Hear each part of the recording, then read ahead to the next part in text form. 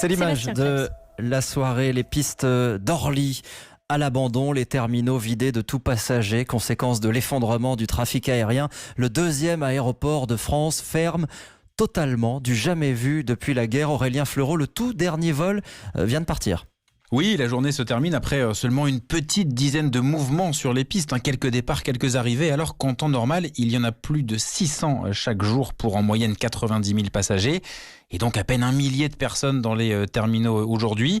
Désormais, ce qu'il reste du trafic d'Orly se fera du côté de Roissy-Charles de Gaulle. Et c'était donc une journée forcément très particulière pour Michel Landel, responsable de l'exploitation à l'aéroport d'Orly. J'avoue que dans ma carrière professionnelle, je n'ai jamais vécu cette situation-là, l'entreprise non plus. C'est vraiment un phénomène assez unique. On ferme des infrastructures, mais ces infrastructures, elles restent bien évidemment sous surveillance parce que l'idée, c'est de se préparer à une reprise dès que celle-ci sera possible. Orly va désormais fonctionner de jour comme il fonctionne d'habitude de nuit, c'est-à-dire que l'aéroport pourra toujours accueillir des vols déroutés, des vols d'État ou bien sûr des vols sanitaires. Cette fermeture va permettre au groupe ADP de faire quelques économies, même si sur Europe 1 ce matin, son PDG Augustin de Romanet a estimé à 1 milliard d'euros la perte de chiffre d'affaires à cause de la crise du Covid-19.